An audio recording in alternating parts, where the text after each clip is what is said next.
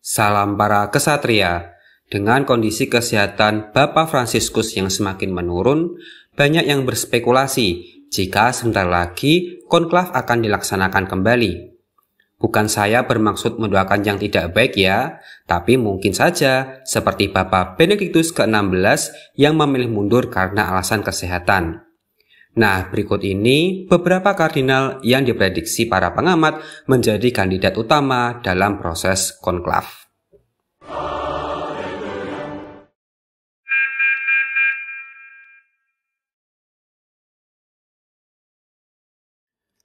Kardinal Pietro Parolin dari Italia.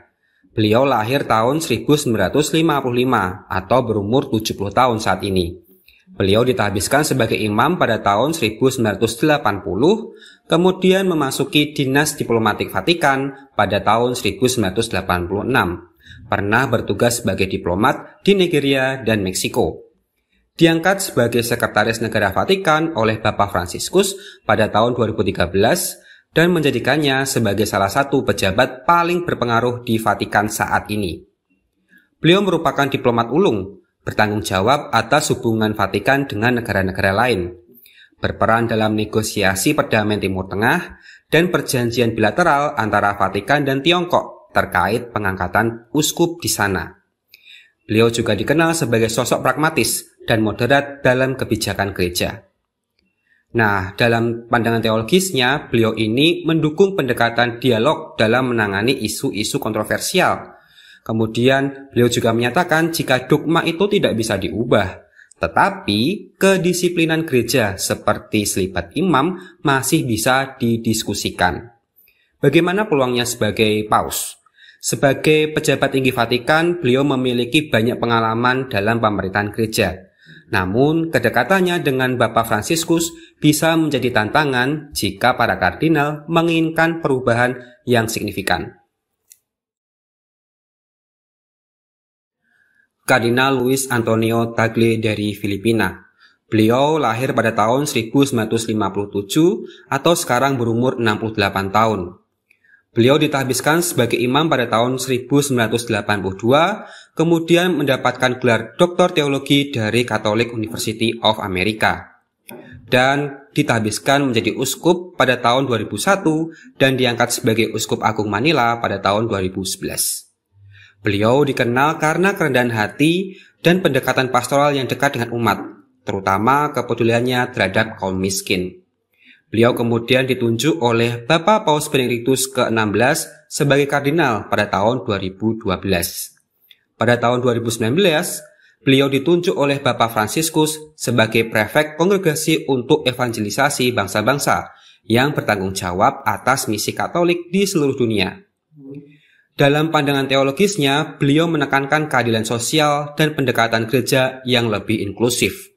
Kemudian berpegang teguh pada ajaran gereja Katolik terkait penolakan terhadap aborsi, kontrasepsi, dan sekularisme.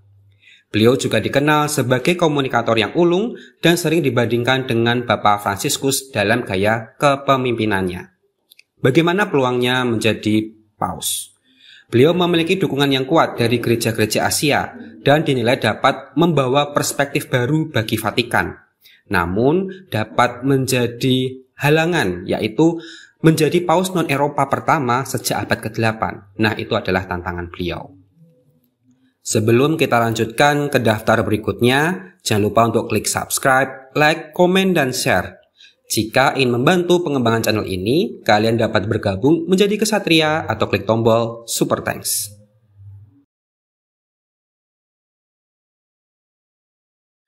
Kardinal Peter Turkson dari Ghana. Beliau lahir tahun 1948 atau berumur 77 tahun sekarang ini. Beliau ditahbiskan sebagai imam pada tahun 1975 dan ditahbiskan sebagai Uskup Agung Cape Coast pada tahun 1992. Dan selanjutnya diangkat sebagai kardinal oleh Bapak Yohanes Paulus II pada tahun 2003. Beliau merupakan sosok yang paling berpengaruh di gereja Afrika, aktif dalam berbagai isu sosial dan lingkungan. Beliau juga pernah memimpin Dewan Kepausan untuk Keadilan dan Perdamaian pada tahun 2009 sampai 2017. serta memimpin dikasteri untuk pengembangan manusia seutuhnya mulai dari tahun 2017 sampai 2021. Pandangan teologisnya itu meliputi mendukung ekonomi yang lebih adil dan bertanggung jawab secara ekologis. Kemudian beliau itu juga menolak relativisme moral dan sekularisme. Dan dengan tegas menekankan ajaran Katolik dalam kontrasepsi dan hidup sejak konsepsi atau menolak aborsi intinya. Nah, bagaimana peluang beliau menjadi paus?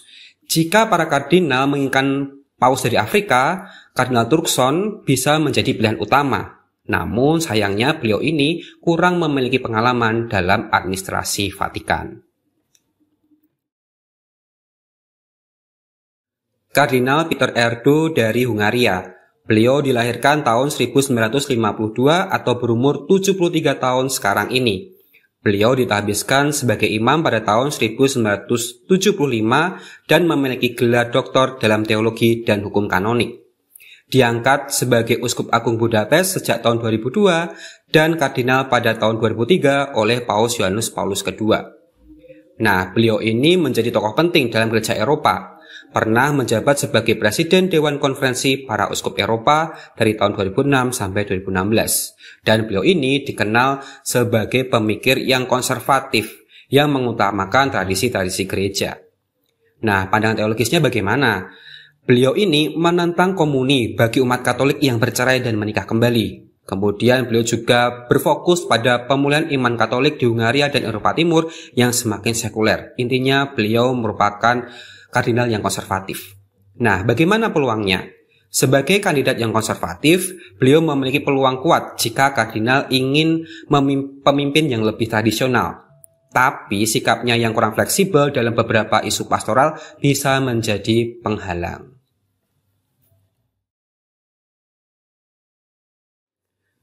Kardinal Christoph Sonneborn dari Austria. Beliau dilahirkan tahun 1945 atau berumur 80 tahun. Beliau merupakan anggota Ordo Dominikan yang memiliki pendidikan teologi dan filsafat yang kuat. Ditahbiskan sebagai imam pada tahun 1970 dan menjadi Uskup Agung Wina sejak tahun 1995.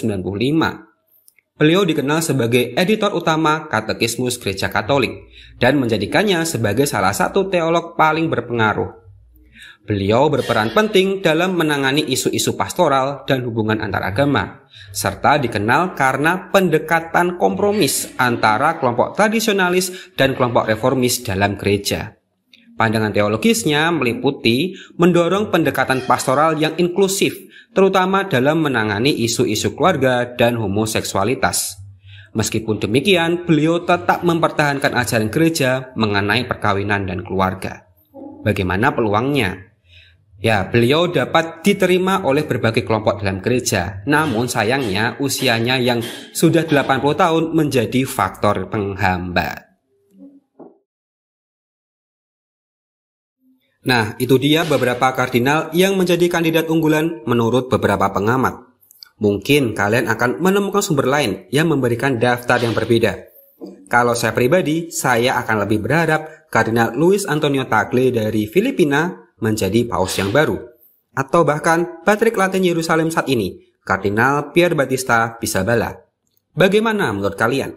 Tulis pendapat kalian di kolom komentar ya. Oh iya, jangan lupa mari kita doakan kesehatan Bapak Fransiskus yang pada saat video ini dibuat masih terbaring sakit. Terima kasih sudah menyaksikan video ini sampai selesai. Mohon maaf jika ada yang tidak berkenan. Sampai jumpa lagi di video lainnya. Salam.